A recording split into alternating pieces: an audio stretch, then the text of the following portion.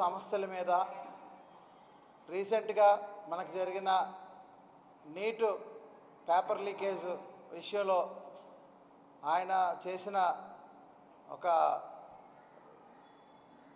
ధర్నా విషయం మనందరికీ తెలిసిందే.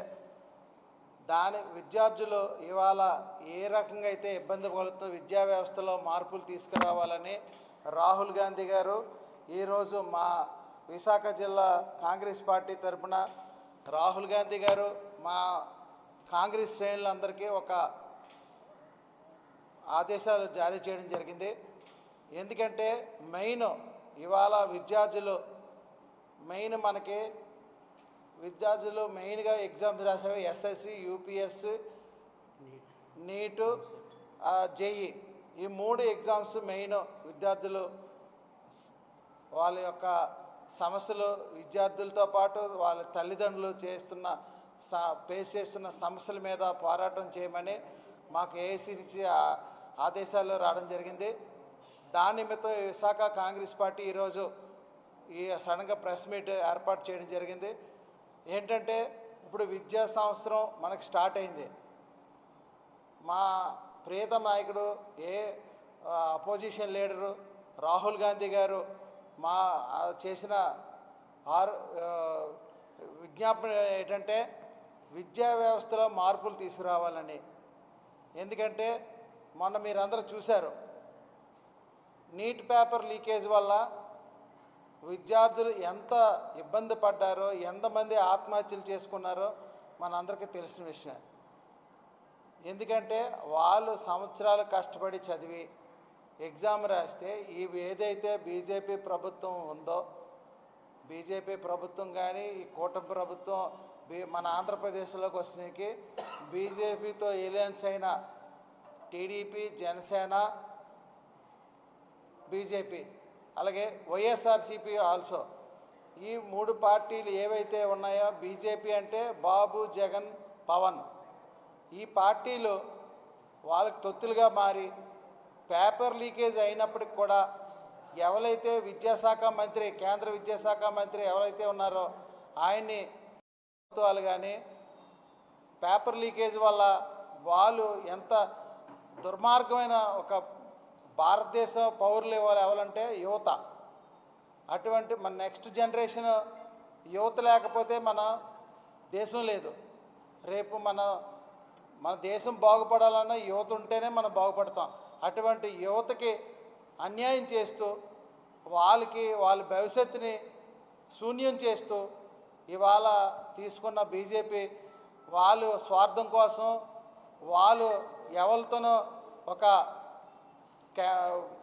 ఏవైతే కోచింగ్ సెంటర్లు ఉన్నాయో లేకుంటే ఏవైతే ఇల్లీగల్గా పేపర్ లీకేజ్ చేయించి వాళ్ళు ఈ నీట్ ఎగ్జామ్ పేపర్ లీక్ వల్ల అనేక మంది విద్యార్థులు ఆత్మహత్యలు చేసుకోవడం జరిగింది. దాని నిమిత్తం మా రాహుల్ గాంధీ గారు కానీ, మా పిసిసి అధ్యక్షురాలు వైఎస్ శర్మిలారెడ్డి గారు కానీ, మా కాంగ్రెస్ శ్రేణులు కానీ పెద్ద ఎత్తున ఈ విద్యా వ్యవస్థని మార్చాలని, విద్యా వ్యవస్థలో ఉన్న లోటుపాట్లన్నీ సరిచేయాలని మేము తీసుకున్న నిర్ణయాన్ని ప్రజల వరకు తెలియపరచాలి. అలాగే విద్యార్థి తల్లిదండ్రులు కూడా బీజేపీ ప్రభుత్వం చేస్తున్న ఏదైతే దుర్మార్గమైన ఈ పేపర్ లీకేజ్లో ఒక్కసారి కాదండి, ఎన్ని పేపర్ లీకేజ్ అయ్యాయో మీ అందరికీ తెలుసు. ప్రతిసారి ఏ ఎగ్జామ్ పెట్టినా యూపీఎస్ ఎగ్జామ్ లీకేజ్లు ఉన్నాయి, నీట్ ఎగ్జామ్ లీకేజ్లు ఉన్నాయి, జేఈ పేపర్స్ లీకేజ్లు ఉన్నాయి. ప్రతి పేపర్లు ఇప్పుడు ఈ బీజేపీ ప్రభుత్వం పరిపాలిస్తున్న ఈ 15 సంవత్సరాల్లో కూడా అనేక సార్లు పేపర్ లీకేజ్ జరగడం జరిగింది. దాన్ని దృష్టిలో పెట్టుకొని ఇవాళ కాంగ్రెస్ పార్టీ ఖండిస్తున్నాం. ఈ విద్యా వ్యవస్థ విధానాన్ని మార్చాలని కాంగ్రెస్ పార్టీ దృఢ సంకల్పంతో మా రాహుల్ గాంధీ గారు, మా కాంగ్రెస్ శ్రేణులు ఇవాళ మా ఆంధ్రప్రదేశ్ పిసిసి అధ్యక్షురాలు వైఎస్ శర్మిలారెడ్డి గారు కానీ మేము కానీ విద్యార్థులకి స్ట్రెస్ ఇవాళ చూడండి, పిల్లల్ని ప్రశాంతంగా చదువుకొని విద్యా వ్యవస్థ ఎలా ఉండాలంటే మంచి ఎడ్యుకేషన్ చెప్పాలి, ఎడ్యుకేషన్తో పాటు రిలీవ్ అయిన తర్వాత మంచి ఉద్యోగ అవకాశాలు కల్పించాలి.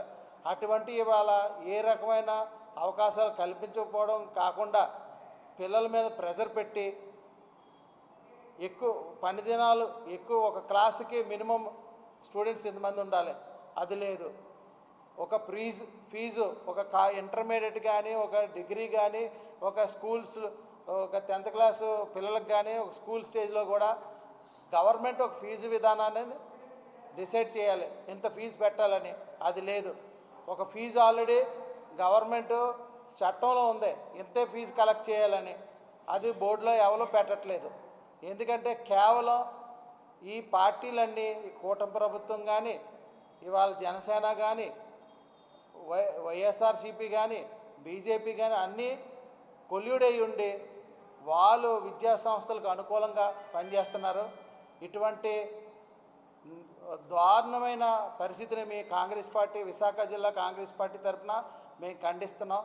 కేవలం ఇదేంటంటే విద్యా సంస్థలకి అనుకూలంగా, విద్యా సంస్థల ద్వారా వీళ్ళకి లాభం చేకూరుస్తుంది. కాబట్టి ఇప్పుడు మన ఆంధ్రప్రదేశ్ తీసుకుందాం, విద్యా సంస్థల అధినేతలు ఎక్కువ విద్యా సంస్థలు ఉన్న ఎవరున్నారండి?